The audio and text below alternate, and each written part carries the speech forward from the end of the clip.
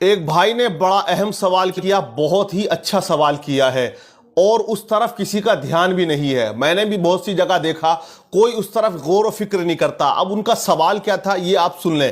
انہوں نے یہ سوال کیا کہ حضرت میں جب مرغا لینے گیا تو جو مرغا کاٹنے والا تھا، ذبح کرنے والا تھا، اس نے جب مرغے کو ذبح کیا تو مجھے اس کے تکبیر پڑھنے کی آواز نہیں آئی۔ میں نے اس سے سوال کیا تو اس نے یہ کہا کہ میں نے اپنے دل میں تکبیر پڑھ لی، تو کیا وہ مرغا ذبح ہوا یا نہیں ہوا؟ تو پیرے بھائی پہلے اس مسئلے کو آپ سمجھ لیں۔ جو مرغے کو ذبح کرتا ہے وہ تکبیر اتنی زور سے پڑھے کہ اس کے کان خود سن سکیں بغیر کسی شور و شرابے کے۔ اگر شور و شرابہ ہو رہا ہے تو کوئی بات نہیں ہے، لیکن جب کوئی شور و شرابہ نہیں ہو رہا تو اسے تکبیر اتنی بلند آواز سے پڑھنی چاہیے۔ اور ایک چیز اور آپ نوٹ کریں، جو مرغے بیچنے والے ہوتے ہیں عموماً وہ زیادہ تر ان کے منہ میں گٹکا اور پان بھی بھرا ہوتا ہے۔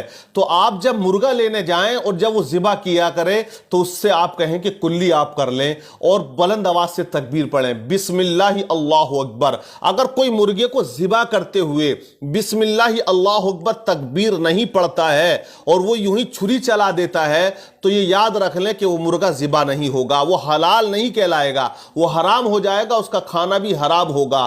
تو یہ بڑا اہم مسئلہ۔ مرغا عموماً سب لوگ کھاتے ہیں، الا ماشاءاللہ کوئی کا دکا ہوگا جو نہیں کھاتا ہے۔ زیادہ تر جو سپلائی ہوتا ہے انڈیا میں وہ مرغا بڑی تعداد میں ہوتا ہے، ہر گھر میں مرغا پکتا ہے، لوگ کھاتے ہیں، لینے بھی جاتے ہیں۔ تو جو لینے جائے وہ بڑا جائے، بوڑھا جائے یا بچہ جائے، تو آپ اس بات پر غور و فکر کیا کریں گے۔ جو ذبح کرنے والے ہیں انہیں تاکید کر دیں، جیسے ہم کہتے ہیں نا کہ لیگ پیس چاہیے، کلیجی چاہیے یا پوٹا چاہیے، جو مانگتے ہیں ہم، ویسے اس سے یہ بھی کہہ دیں کہ بھیا پہلے آپ تکبیر بلند آواز سے پڑھ لیں ذرا، بسم اللہ اللہ اکبر، پھر وہ چھری چلائے گا تو وہ حلال کہلائے گا، ورنہ حرام ہو جائے گا۔ اور ایک چیز اور، جو شادیوں میں مرغا ہم کھاتے ہیں اس پر بڑی غور کرنے کی بات ہے۔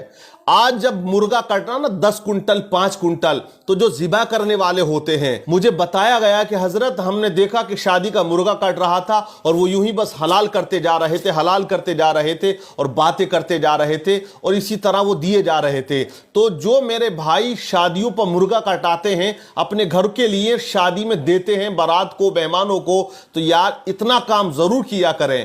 جس سے بھی آپ نے پولٹری فارم والے سے، جہاں بھی آپ کا مرغا طے ہے، ان سے آپ جا کر کہیں کہ ہمارا بندہ یہاں موجود رہے گا اور جو ذبح کرے گا اس کو تکبیر کی آواز آنی چاہیے۔ کیونکہ جب بہت زیادہ مرغے بندہ کاٹتا ہے نا تو وہ کام نپٹانے کی سوچتا ہے، اور وہ ایسے مرغے کاٹ دیتے ہیں، بس ان کی گردن اڑائی اور دیا، اور وہ بس صاف کیا، پیس بنائے دے دیا، وہ پکاؤ، براتیوں نے خوب جما کے کھایا، اڑا دیا، اور بس سبحان اللہ ماشاءاللہ کہہ کے اڑ گئے، ماشاءاللہ بڑا اچھا بنا۔ لیکن اس طرف صاحب خانہ کو دھیان دینا چاہیے۔ حالانکہ گناہ گار تو وہ ہیں جو کھلا رہے ہیں، جو ذبح کرنے والے ہیں، لیکن ہمیں بھی جو ہے ہوشیاری برتنی چاہیے، سترک ہمیں رہنا چاہیے۔ تو جو ذبح کرتے ہیں ان کے منہ سے گٹکا، پانی اور وہ باتیں نہ کریں۔ ایسا بھی ہوتا آپ سے باتیں کرنے کے ساتھ مرغا تیز ہو گیا، مہنگا ہو گیا، منڈی آج تیز ہے، اور ادھر چھری چلا دیے تو وہ کام تمام ہو جاتا ہے۔ تو یہ بڑا اہم مسئلہ ان بھائی نے جو پوچھا بہت اچھا پوچھا ہے، تو اس پر آپ خاص دھیان دیں۔ اور دوسری چیز، شادی پارٹیوں کے جو مرغے ہوتے ہیں ان پر بھی جب ذبح کیا جائے تو بڑے خاص دھیان دینے کی ضرورت ہے، کیونکہ مسلمان کھانے میں ماشاءاللہ بہت آگے ہیں۔ ایسی بات نہیں مرغے مسلح کے علاوہ پیٹ نہیں بھرتا ہے۔ ایک جگہ رمضان شریف میں ایسا ہوا کہ ایک بندے نے افطار پارٹی دی نا، تو لیگ پیس جو ہوتا ہے، وہ بڑے بڑے کھون ہوتے ہیں، تھال ہوتے ہیں، وہ لڑک کے ایک کی طرف چلا گیا۔ تو وہ جو لیگ پیس جس کی طرف تھا وہ تو خوش تھا، اب جب افطار کا وقت قریب آیا، اس کے سامنے والے نے جو تھال تھا، جو پلیٹ تھی، اس کو گھما کے نا اور ٹانگ اپنی طرف کر لی۔ تو اس کو غصہ آیا، اس نے کہا یہ کیا بدتمیزی کر دی آپ نے؟ تو وہ کہنے لگے جناب اس میں مسئلے کی بات تھی۔ وہ بولا مسئلہ کیا تھا؟ بولا مسئلہ یہ تھا کہ مرغے کی ٹانگیں کعبے کی طرف کو ہو رہی تھی، اس لیے میں نے پورب کو کر دی ہے۔ تو کھانے میں مسلمان بہت آ گئے ہیں، ایسی جگہ پہ انہیں مسئلے بھی یاد آ جاتے ہیں۔ تو مسائل جو ہیں وہ یہ ہیں کہ تمہیں ذبح کے وقت دھیان دینا چاہیے، اور جو ذبح کرنے والے لوگ ہیں میں ان سے گزارش کروں گا آپ گناہگار بنو گے اگر آپ نے بسم اللہ اللہ اکبر کے بغیر کسی مسلمان کو اس طرح سے مرغا ذبح کر کے دے دیا اور انہوں نے کھا لیا، تو گویا وہ تو ایک لا علمی کا شکار ہوئے، انہیں پتہ نہ تھا۔ لیکن یہ قصور آپ کا ہوگا، آپ پر اس کی ذمہ داری رہے گی۔ اس لیے جو لینے جائیں وہ بھی ہوشیار رہیں، اور جو کاٹ کر دے رہے ہیں وہ بھی لاپرواہی سے کام نہ لیں، بلکہ وہ اس کو اچھے سے ذبح کریں۔ اور ایک مسئلہ اور اس میں، ایک بھائی نے مجھ سے پوچھا کہ جس چھری سے مرغے کو ذبح کیا جاتا ہے اس کے اندر کتنے چھید ہونے چاہیے؟ تو یہ سوال بڑا عجیب سا مجھے فیل ہوا.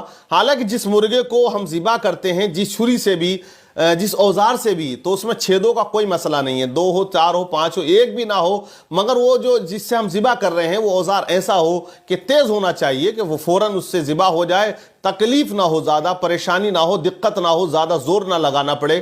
ایسا اوزار ہو تو کوئی حرج نہیں, چھیدوں کا کوئی مسئلہ نہیں ہے. یہ ایک جہالت والی بات ہے کہ 3 چھید ہو یا 2 چھید ہو, اگر 1 چھید والی چھری سے مرغا ذبح ہو گیا تو وہ حلال نہیں کہلائے گا, ایسی بھی سوچ ہے. تو مین جو ہے وہ تکبیر ہے, بسم اللہ اللہ اکبر. تکبیر اگر نہیں پڑی ہے تو وہ تم 1 لاکھ یا 2 لاکھ کی چھری سے ذبح کر دو تو وہ حلال نہیں ہوگا, حرام کا حرام رہے گا, چاہے وہ اوزار سونے چاندی سے کیوں نہ بنا ہو. مین جو ہے وہ تکبیر ہے. تو اس بات کا آپ خاص خیال رکھیں. اللہ عمل کی توفیق عطا فرمائے.